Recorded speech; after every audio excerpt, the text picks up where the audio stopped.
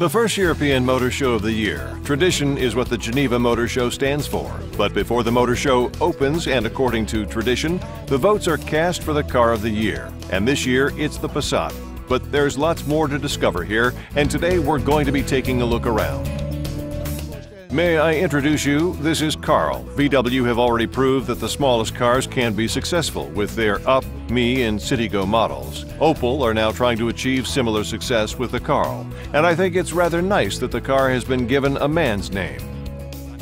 SsangYong promised they would really go for it. This is the first step in the shape of the new Tivoli, a compact SUV. Opel have already shown that you can really earn money with this kind of car.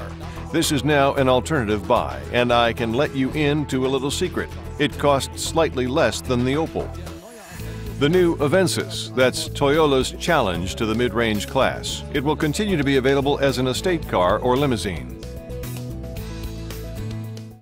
Here it is, the brand new Ford Escort. It will only be available in the right-hand drive version at first, to conform to British requirements. The radiator grille design is completely new. People also nickname it Dogbone, according to the press release. The car will also be available in other colors. I mean, in that garish orange? No, I was joking. Of course, there are completely different Ford models on show. Let's have a look at them.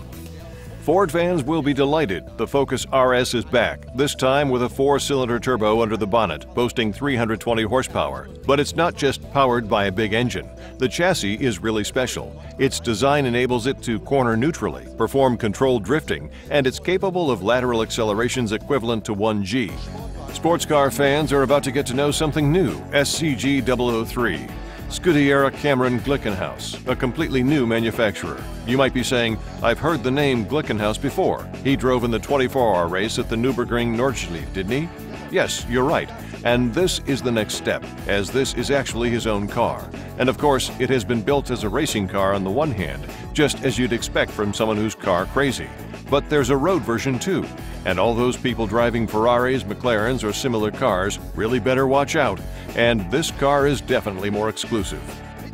The 488 GTB actually ushers in a new era for Ferrari.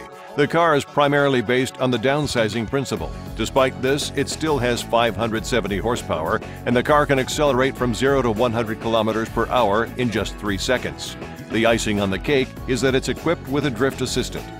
The GT already replaced the Mercedes SLS, and this is the racing version, the GT3. A very important car for Mercedes, as the SLS wasn't just successful in motorsport, it was also a commercial success, and the GT is destined to follow in exactly these footsteps.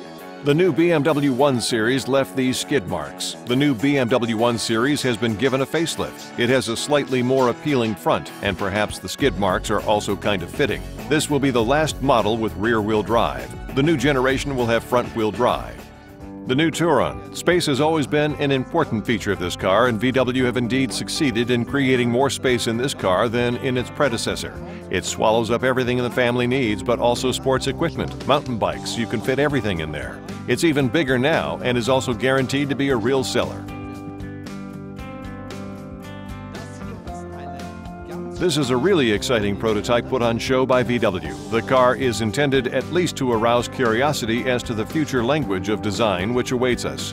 When you look at these lines, everything looks razor sharp. We'll have to wait and see what the series has to offer in the future. The brand new Skoda Superb. It gives us an idea of what the design lines of this car maker are going to look like in the future. By the way, the two ladies are not included in the list of extras. All in all, this looks pretty good, including the ladies. There's quite a lot worth seeing at the Seat stand, namely the prototype called Vision 2020. It depicts the design to be featured in forthcoming models, and one of these, actually an SUV, which is to be launched soon, will definitely incorporate some of these elements. The new Audi R8, this time round in, let's call it a signal color. It needs it too. The car has become wickedly quick, with a top speed of 330 kilometers per hour. And so you can drive fast in the dark too, laser light, a technological first for this car. This car here, this is the new R8. The difference between the two of them is that one is the road version. This one is the racing version for customer sport. People talk about the road version and say, amazingly quick, so this version must be even quicker.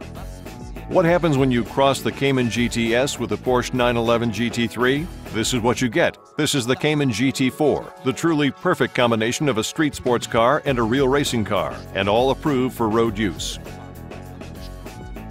Lamborghini, the Italian car makers, build the cars of your dreams. They say so themselves. The Aventador Super Veloce. This is the fastest Aventador ever built, and it's not just a car to dream of. It's a car you can actually buy, the ultimate challenge for sports car drivers.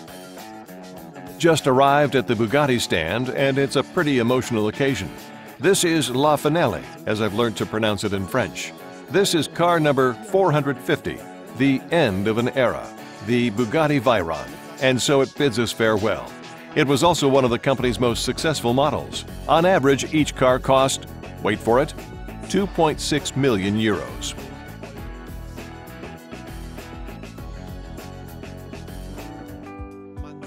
You won't believe your eyes. Borgward. But don't worry, this isn't a vintage car show. The manufacturers are planning a comeback in the near future. Here in Geneva is what you might call the kickoff. What to expect? We're waiting in suspense. So there you have it, our little stroll around the stands at the Motor Show in Geneva. If you always wanted to come and see it all for yourself, I can only recommend you do just that. Come on down and see fascinating cars which you can actually buy and which you will probably be seeing on the streets soon.